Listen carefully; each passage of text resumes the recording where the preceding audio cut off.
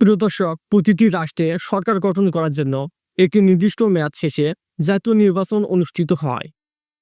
বর্তমানে বাংলাদেশে first past the post নির্বাচন ব্যবস্থা চালু আছে। আনুপাতিক নির্বাচন ব্যবস্থা বা প্রপোর্শনাল রিপ্রেজেন্টেশন, সংক্ষেপে পিআর।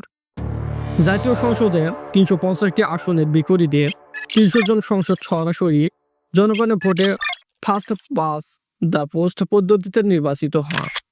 এই পদ্ধতিতে প্রায় ৫০টিরও বেশি দেশে চালু আছে। অন্যদিকে আনুপাতিক নির্বাচন ব্যবস্থা বিশ্বের প্রায় ৯০টিরও বেশি দেশে চালু আছে।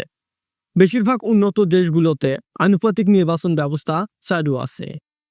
বিভিন্ন দেশে আনুপাতিক নির্বাচন পদ্ধতি মূলত ৩টি পদ্ধতিতে নির্বাচন সম্পূর্ণ হয়। ১ নম্বর মুক্ত তালিকা, ২ নম্বর বৈধ তালিকা, ৩ নম্বর মিশ্র পদ্ধতি। অনেকে বলতেছে আনুপাতিক নির্বাচন ব্যবস্থার মাধ্যমে বাংলাদেশ সরকার গঠন হবে। তাই আমাদের নাগরিক হিসেবে জানা উচিত আসলে আনুপাতিক নির্বাচন ব্যবস্থা কি এবং কিভাবে কাজ করে। তাই আজকের ভিডিওতে জানতে পাবেন বাংলাদেশের আনুপাতিক নির্বাচন ব্যবস্থা কি এবং কিভাবে কাজ করে।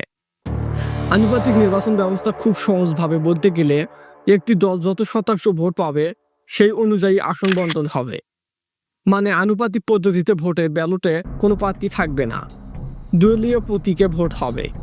প্রত্যেকটি রাজনৈতিক দলের যে প্রতীক আছে সেই অনুযায়ী সারা বাংলাদেশে ভোট হবে, কোনো প্রার্থী থাকবে না।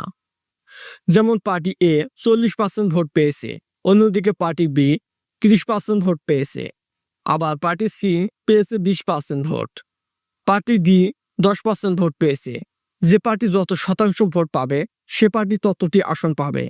যেমন পার্টি এ ৪০% ভোট পেয়েছে, সেই হিসেবে বাংলাদেশের ৩০০টি আসনের মধ্যে পার্টি এ মোট আসনের ৪০% আসন পাবে, মানে ১২০টি আসন পাবে। যারা বেশি আসন পাবে তারাই সরকার গঠন করবে। বর্তমান নির্বাচন পদ্ধতিতে এককভাবে সরকার গঠন করতে হলে সংখ্যাগরিষ্ঠ আসন পেতে হয়। যেমন সরকার গঠনের জন্য ১৫০টিরও বেশি আসন পেতে হয়। অন্যদিকে আনুপাতিক নির্বাচন পদ্ধতিতে এককভাবে সরকার গঠন কঠিন হবে, সকল দলের নেতৃত্ব দিতে পারবে। প্রিয় দর্শক, বাংলাদেশে আনুপাতিক হারে নির্বাচন দিলে দেশের জন্য সুফল বয়ে আনবে, কারণ সকল ছোট বড় রাজনৈতিক দলগুলো আসন পাওয়ার আরো অনেক সহজ হবে। সেক্ষেত্রে দেখা যাবে সকল রাজনৈতিক দলগুলো ঐক্যের সাহায্যে দেশ পরিচালনা করতে পারবে। প্রিয় দর্শক, আনুপাতিক নির্বাচন ব্যবস্থা নিয়ে এই ছিল আজকের ভিডিওটি সম্পূর্ণ দেখার জন্য অসংখ্য ধন্যবাদ।